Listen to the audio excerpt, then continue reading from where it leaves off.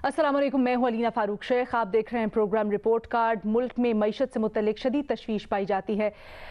इसका एक अमल महंगाई भी है जिसके असरात हम भी महसूस कर सकते हैं, और उम्मीद जाहिर की जा रही है कि सारी नज़रें टिकी हैं उस IMF के कर्ज के ऊपर, इमदाद के ऊपर जो आएगी तो फिर कुछ मईशत को संभाला मिलेगा और आप और हम शायद कुछ रिलीफ उससे मिल पाए।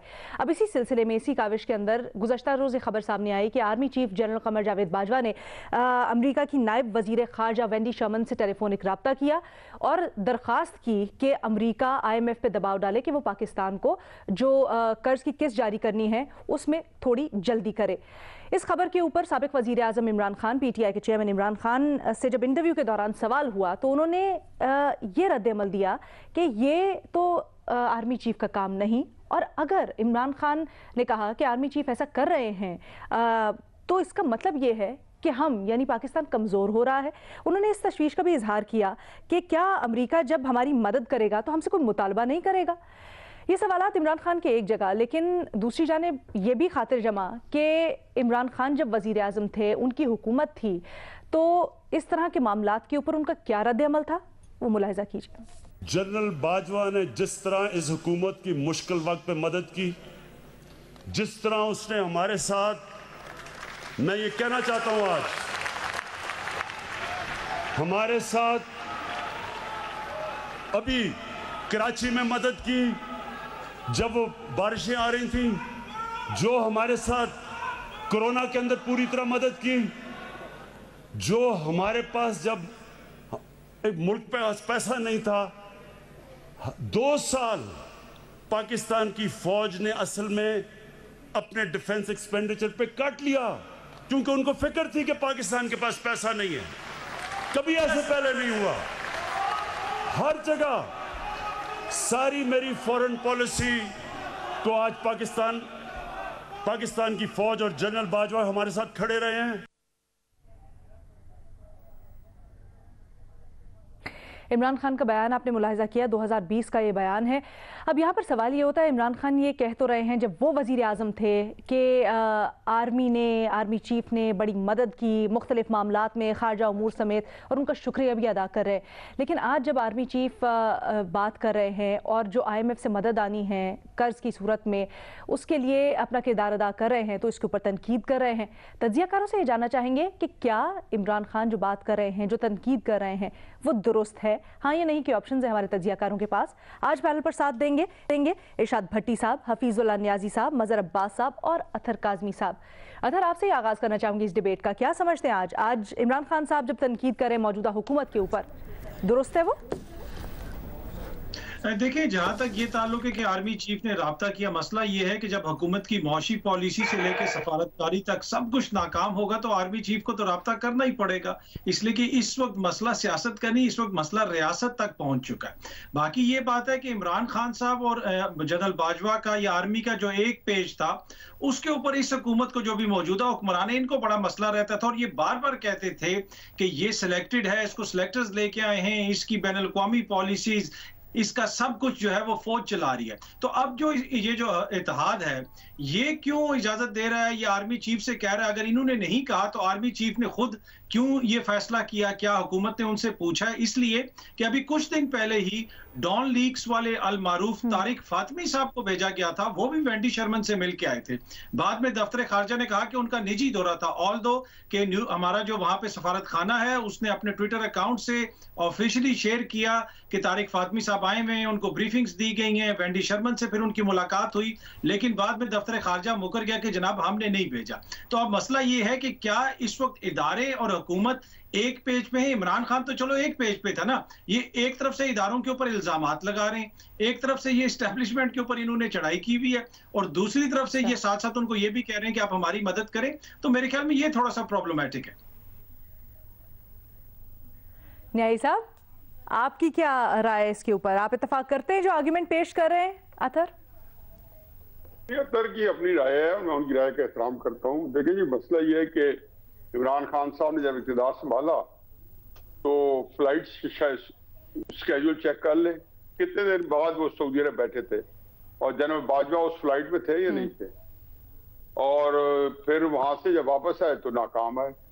फिर ये जो अब तो खैर सहूलत है इमरान खान साहब के पास कि वो अपनी बातों को जो है उसमें क्या और करें, उन्हीं बातों को वो दूसरों पे थोपते हैं।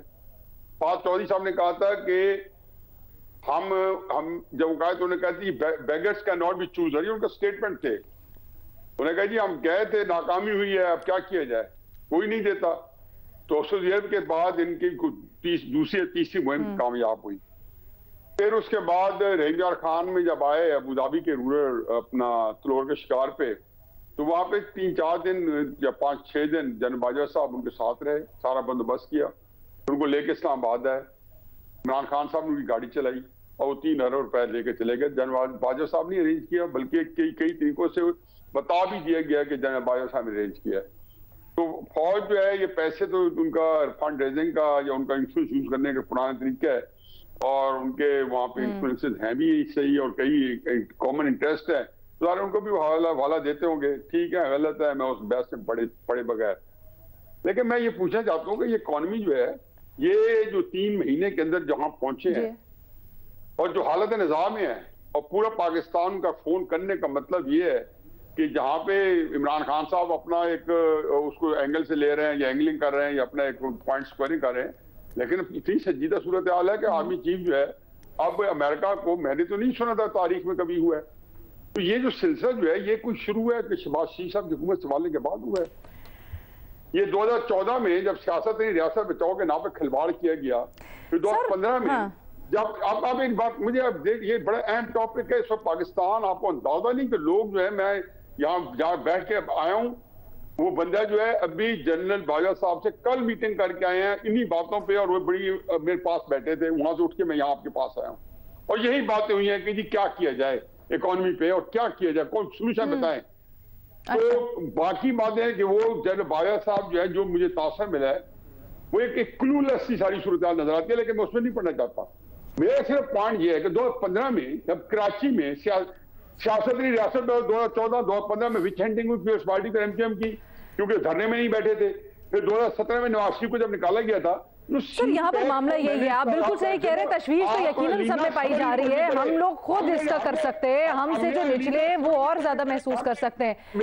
लेकिन सर यहाँ पर डिबेट ये है कि अगर कोई किरदार अदा कर रहा है, चाहे वो स्टेट का कोई भी इंस्टीट्यूशन हो, हम अक्सर ये तनकीद करते हैं कि इदारों को हुकूमत के मामलात में, मैनेजेरियल मामलात में मुदाखलत नहीं करनी चाहिए, लेकिन यहाँ पर जो हो रहा है, फिर हम ये भी कहते हैं कि सियासतदानों को जो इकोनॉमी के मामलात हैं उनके ऊपर सियासत नहीं करनी चाहिए। यहाँ पर एग्जैक्टली क्या हो रहा है? अथर ने जिस तरह अपना केस बनाया, भट्टी साहब, आप उसके ऊपर क्या कहेंगे?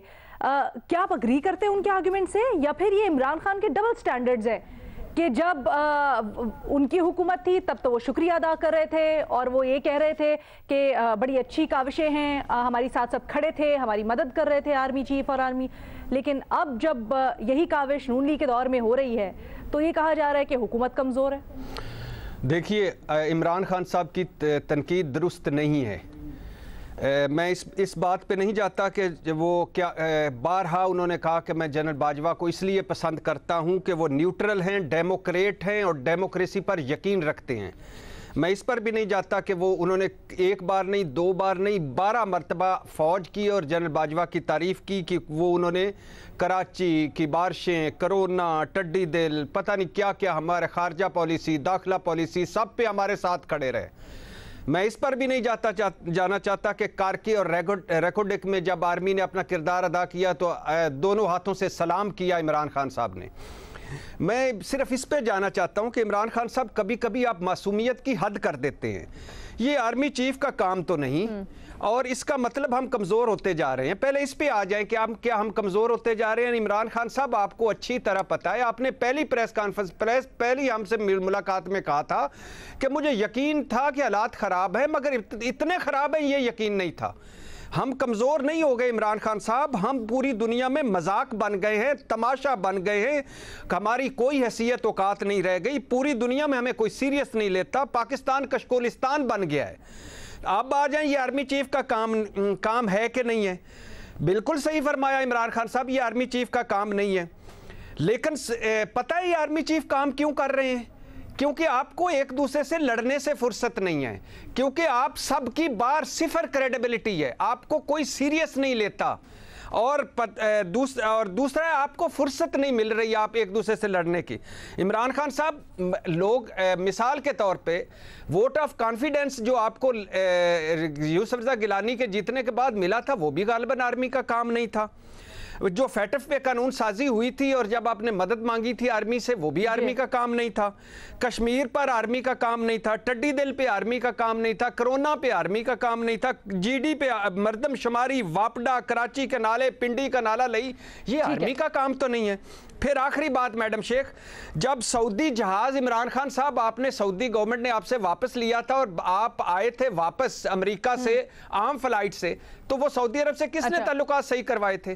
कतर से किसने? यूएई से किसने? मलेशिया से किसने? अमेरिका से किसने? यूरोप से किसने? ये आर्मी का काम नहीं था, मगर उसको करना पड़ा। और शुक्र अदा करें, वो कल भी काम कर रही थी, आज भी काम कर रही है। कल भी गालियां खा रही थी और आज भी गालियां खा रही है, मगर मैं अल्लाह करे ये इसी तरह काम करती रहे। भट्टी साहब, आपका पॉइंट आ गया मुझे। मजहर अब्बास साहब की ठीक है, ठीक है भट्टी साहब, आप दुरुस्त कह रहे थे कि मैं इसके ऊपर मजहर अब्बास साहब का मौक़िफ़ भी सुनना चाहती हूँ। साहब नहीं, मेरा ख्याल है इमरान खान साहब की तनकीद दुरुस्त नहीं है। प्रिंसिपली अगर आप देखें तो हमारे अनफॉर्चुनेटली जो भी रूलर्स होते हैं उनका ये प्रॉब्लम रहता है, और फॉरेन पॉलिसी में खास तौर पे कुछ कंट्रीज ऐसी हैं जिसमें आपकी इस्टेब्लिशमेंट का बहुत पिवटल रोल है, चाहे वो आपके ताल्लुकात अमेरिका के साथ हों, चीन के साथ हों, ईरान के साथ हों। कुछ ऐसे ममालिक हैं जिनके बारे में आर्मी का एक इस्टेब्लिशमेंट का आपका एक रोल रहता है और लीडिंग रोल रहता है। यहाँ क्या है, यहाँ इकोनॉमिक सिचुएशन इतनी ख़राब होती जा रही है, और इससे पहले भी जिस तरह भट्टी साहब ने मिसालें दी कि चीन जाना हो, सऊदी अरब जाना हो, यमन का इशू हो, दूसरे इशूज़ हों, उसमें आपकी फॉरेन पॉलिसी की मेन कैरेक्टर्स कौन रहे हैं? पाकिस्तान की आर्मी ने ही रोल प्ले किया है। अब करना चाहिए नहीं करना चाहिए ये एक डिबेट है। Political parties, governments of the day अपना रोल प्ले नहीं करती और उन्हीं की रिक्वेस्ट पे होता है।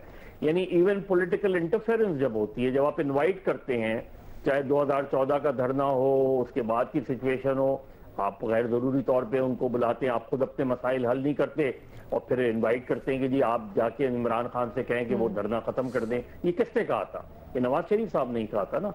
तो हमारी यहाँ प्रॉब्लम ये रही है कि ये बात भट्टी साहब की ठीक है कि भाई आप बैठ के अपने इश्यूज सॉर्ट आउट करें, तो क्यों इंटरफेयर करें? अब ये जो पिछले 3-4 महीने में हुआ है, ये इकोनॉमिक कोलैप्स जो हुआ है, मिफ्ता इस्माइल साहब टू बी वेरी ऑनेस्ट नाकाम हो गए हैं। वो नहीं कर पाए। वो कहते रहे IMF से अभी 2 हफ्ते में बात हो रही है, तय हो गई है, अभी आ रहा है, अभी हो रहा है, नहीं आ रहा ना। और रोजाना की बुनियाद पे डॉलर बढ़ रहा है। तो अगर रोजाना की बुनियाद पे डॉलर बढ़ता रहा तो IMF की इमदाद आ भी जाएगी, तो आप नहीं निकल पाएंगे इस क्राइसिस से। ये सबसे बड़ी सिचुएशन है। 250 के करीब डॉलर पहुंच रहा है। ठीक है। अगर अगले हफ्ते आप सोच लें, अगले 10-15 दिन में अगर इसी तरह रोजाना की बुनियाद पर डॉलर बढ़ा तो कहां पहुंचेगा? तो ये एक ऐसी सिचुएशन है जिसमें फिर इंटरफेयर करना पड़ा उनको। Directly defence secretary of defence से बात करनी पड़ी, डिप्टी सेक्रेटरी ऑफ डिफेंस से सर उनको सेक्रेटरी ऑफ स्टेट से बात करनी पड़ी। ये बड़ी सीरियस सिचुएशन है। ये आसान, देखिए इसको आसान सिचुएशन। एक मैं छोटी सी ब्रेक लेना चाहती हूँ। ब्रेक के बाद खुशामदीद। हम बात कर रहे हैं इमरान खान ने जो गुज़श्ता रोज तनकीद की है उसके ऊपर। अथर, आप कुछ पॉइंट एस्टैब्लिश करना चाह रहे थे। आज जनरल बाजवा जो फोन कर रहे हैं, हम इस नहज पे पहुंचे किस तरह, इमरान खान की हुकूमत खत्म किस तरह हुई, उसमें किसका क्या किरदार था। जब ये सारी चीजें आप सामने रखेंगे तो आपको पता चल जाएगा कि क्यों और किस वजह से आज हम इस नहज पे पहुंचे हैं। मैडम शेख, भट्टी साहब, मैडम शेख, अतर भाई से हम ये सवाल उठाते हैं कि इमरान खान की हुकूमत कैसे ख़त्म हुई। मैं इसमें एग्री करता हूँ अतर काज़मी साहब से, लेकिन क्या अतर काज़मी साहब ये भी बताएंगे कि इमरान खान आए किस तरह हुकूमत में? जब पटे डाले जा रहे थे तब कैसे वो इतने लोग कैसे आए इमरान खान साहब की हुकूमत में? फिर इमरान खान साहब की हुकूमत का कोई एक बुरान बताएं कि जिससे आर्मी ने उनको ना निकाला हो। फिर मेरे मंशूर के साथ आर्मी है तब। फिर उसके बाद इमरान खान साहब का कोई एक बताएं कि कोई एक किस्सा जो आर्मी ने ना सॉर्ट आउट किया हो।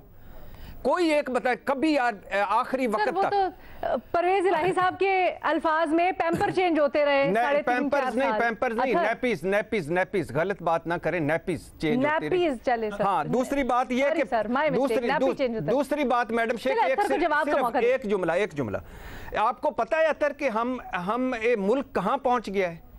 आप और मैं, हम जो इधर सारे बैठे हैं, यकीन करें खुदा की कसम पहली मर्तबा लग रहा है कि मेरे बच्चे किस मुल्क में रहेंगे। पता है कि अगर लोग बाहर निकल आए तो क्या बनेगा?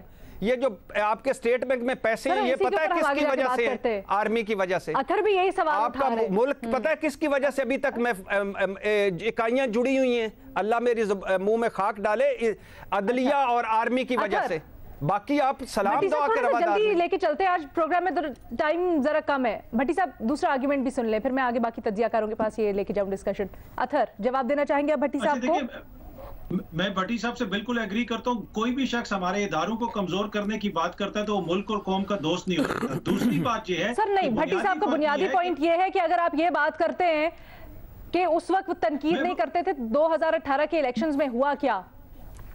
नहीं, मैं उसी तरफ आ रहा हूं कि इमरान खान जब चले, भट्टी साहब के मैंने सारे आर्ग्यूमेंट्स मान लिए, क्या वो सब कुछ करने के बाद इमरान खान ने आके फौज के ऊपर चढ़ाई कर दी थी जिस तरह ये हुकूमत कर रही है? और बड़ा इंपॉर्टेंट पॉइंट, अगर सब कुछ उस वक्त फौज कर रही थी, इमरान खान को चला रही थी, तो इनको भी चला लें। ये तो सारे अब इकट्ठे हैं, अगर वो इतने अहल हैं, इस्टेब्लिशमेंट और ये हुकूमत तो मिलकर चला ले निजाम। अब इनको क्या मसला बन गया है? इमरान खान को भी तो वही चला रहे थे ना, ये लोग ये दावा करते हैं, तो इनको भी चला लें, क्यों नहीं चल रहे? इससे ज्यादा अच्छा अतर ये है कि अगर आप ये कह दें कि इन दोनों को कहीं उम्रे पे भिजवा दें और फौज ही चला ले, और यार काम इनका है हुकूमत चलाना, इनका काम है हुकूमत चलाना, आपका काम है हुकूमत चलाना। आपका काम है, आप जब कहते हैं फौज अपने दायरे में रहे तो फिर आपको भी अपने दायरे में रहकर खेलना चाहिए, हमारे मसाइल हल करने चाहिए। मसला सिर्फ ये है, और जो कल जायज था वो आज भी जायज है, जो कल हलाल था वो आज भी हलाल है। आज खान साहब जो तनकीद कर रहे हैं वो यही कर रहे हैं कि ये उनका काम ही नहीं है जो वो कर रहे हैं। तो सवाल यही पैदा होता है कि जिस वक्त आपकी हुकूमत थी तो क्या जो आपके काम थे आप वो कर रहे थे? क्या आप वो स्पेस आपने अपने लिए सिक्योर रखी और उसमें किसी और को आने की इजाजत नहीं दी, तब भी जो आज आप तनकीद कर रहे हैं? न्याजी साहब देखिए जी, बात यह है कि उसको भी छोड़ दें। भट्टी साहब ने जहाँ बात खत्म की उससे थोड़ी सी मैं इजाफा कर दूं, उसको भी छोड़ दें कि हफीज शेख साहब के इलेक्शन के बाद इमरान खान साहब ने वोट ऑफ कॉन्फिडेंस लिया और उसमें कामयाब रहे। यार अगर हफीज शेख साहब हार सकते हैं तो इमरान खान साहब भी वहाँ पे हार सकते थे। अरे उसको भी छोड़े। अभी जनवरी फरवरी के अंदर 4-5 बिल आए। एक नैब का बिल था जिसके अंदर स्पेसिफिकली बड़ा जिसको कहना चाहिए कि मेलाफाइड इंटेंट के साथ था कि इस हुकूमत को नैब भी चेक कर सकती, उन्हीं ग्राउंड पे जिस ग्राउंड पे शायद खाकान अब्बासी नैब भुगत रहा है। तो उसको वो बिल कैसे पास है? एक रात पहले नैब के बिल के ऊपर स्टेट बैंक के ऊपर सारे तहादी टीवी के ऊपर बैठे थे। उन्होंने कहा कल हम इसको वोट नहीं कर रहे। अगले दिन सबने यही कहा कि हमें फोन कॉल आई हैं, तो वो जो भट्टी साहब फरमा रहे हैं मैं उसी में इजाफा कर रहा हूँ।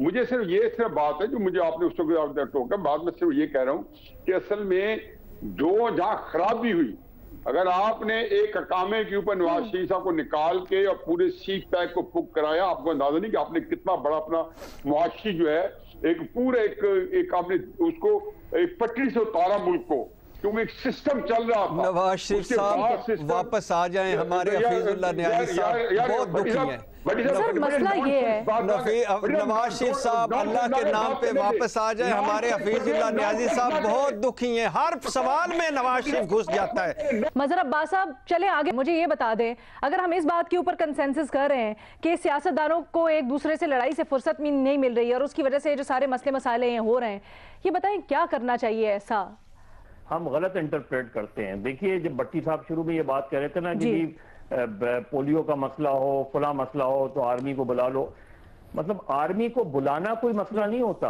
आर्मी जो है वो गवर्नमेंट की जिस तरह दूसरी एजेंसीज हैं उसी तरह की एक एजेंसी होती है। अगर उसको सिविलियन एड के लिए बुलाया जाता है तो इसमें कोई हर्ज नहीं है। गवर्नमेंट की, आर्मी की रिस्पॉन्सिबिलिटी है और गवर्नमेंट का ये फर्ज है कि वो बुलाएं।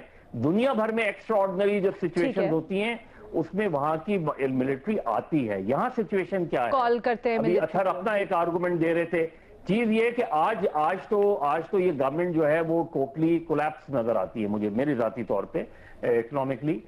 लेकिन पिछले 3 साल तो बहुत स्टेबल गवर्नमेंट थी ना, पिछले 3 साल तो बड़ी स्मूथ चीजें चल रही थी, हर चीज खुद इमरान खान ये कहते हैं। उसमें क्यों आर्मी हर जगह उस वक्त क्यों करनी पड़ी, उस वक्त क्यों मदद के लिए आना पड़ा, ये बड़ा सवाल है।